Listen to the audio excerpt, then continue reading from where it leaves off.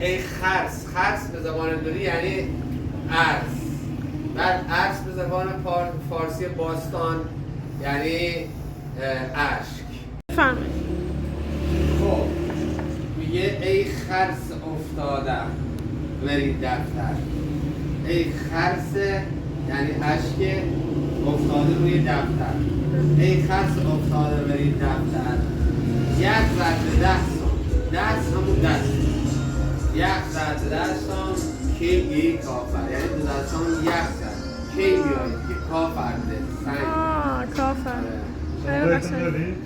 من لورم. آره. لور کجا؟ لور اصالتا از شهرستان چرامی، ولی 300 تا 300 و خورده سال پیش دوره زندیه کوچ کردیم به منطقه قلعه گلاب. یه منطقه گردشگری هم اینجا داره، 40 کیلومتری اینجاست به نام قلعه گلاب. یه قلعه تو ارتفاع مال دوره ساسانیان. آره و یکی از پایگاه هشاشین هم بوده، یعنی پایگاه حسن سربار. بحثی میوانی داشت؟ نه کجا؟ تهران. تهران؟ از تهران اومدیم. آره.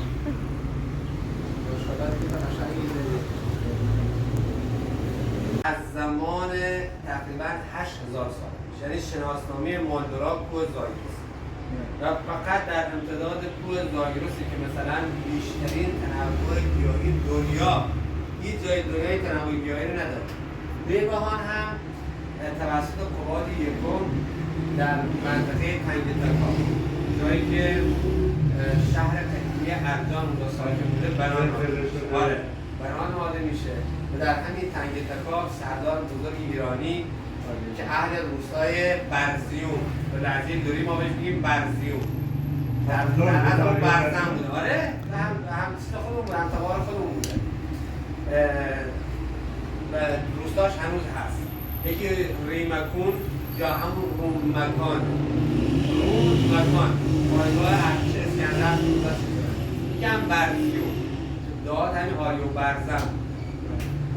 بله دیگه به هر حال این شهر به خاطری که خلیج فارس تا نزدیکی های مثلا تا 20 کیلومتری یا 30 کیلومتری بیبهان میمونه. 3000 سال پیش اینجا کلا دریا بود، یعنی 1000 سال قبل از تکاملش. آره ما الان توی بخش زیدون که 40 کیلومتری اینجاست، این روستایی داریم به نام لنگیرات. این لنگرگاه بوده. خود جهت اطلاعات بهتون بگم، خود 40 کیلومتری اینجا یه روستایی هست به نام فود چگاه یا گنجینه چگاه سفلا. 7000 سال تمدن داره، یعنی یک مقبره زیر خاک در آوردن. تاریخ کشف نقره 2000 سال برد عقب، منطقه‌ای که ما داخلش هستیم زیدون. و الان بذارید تو اینترنت چگاه سفلا یا گنجینه چگاه سفلا براتون میاد.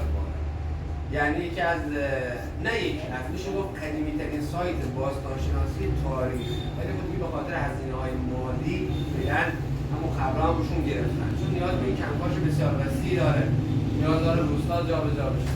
بله این شهرم شهری که آدمای تقریبا از بعد بوده تا الان 900 سال شهرنشینی داره. 900 سال شهرنشینی داره. مردم بیبهانیش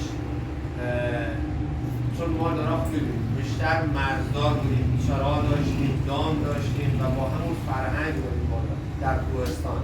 ولی بیبهانی ها آمدن یک جانشین شدن که خیلی از این بیبهانی اصیل هم ریشهشون لوره، ولی چون دیگه 300-400 سال آمدن مثلا توی شهر یه خودشون رو بیبهانی کلمدار میکنن.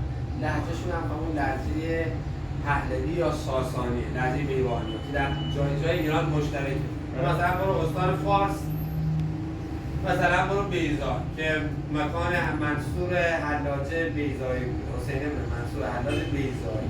مثلا به رفتن میگن بشین، میگم اینجا هم به رفتن میگن بشین.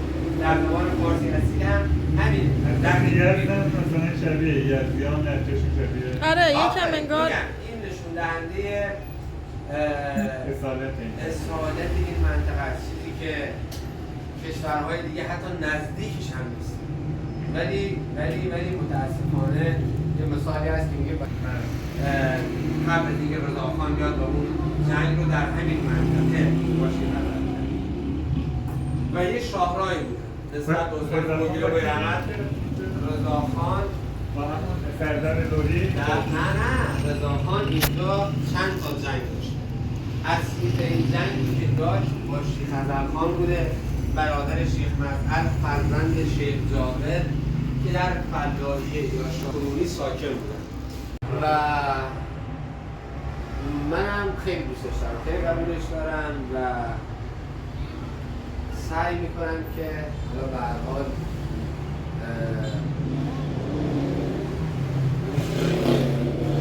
راهی که رفته رو بتونیم ادامه بدیم.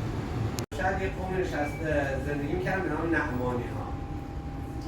ایشون اونجا بزرگ میشه، اونجا پادشاه میفرستدش اونجا بزرگ میشه و بعد دیگه میاد ایران رو میگیره، پادشاهی رو میگیره، کشور رو گسترش میده.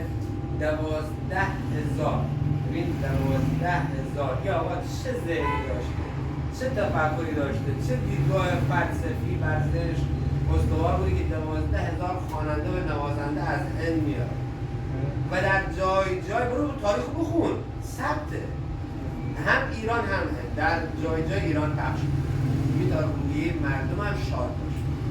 ببین اون زمان به چی فکر می‌کنی؟ 1700 سال پیش که ما تازه داریم میگیم افسردگی فلان اینا، این 12,000 تا نوازنده و خواننده میاره زن و مرد میگه بریم تو ایران، بریم فقط جشن بگیریم، بخونیم که مردم شاد باشن.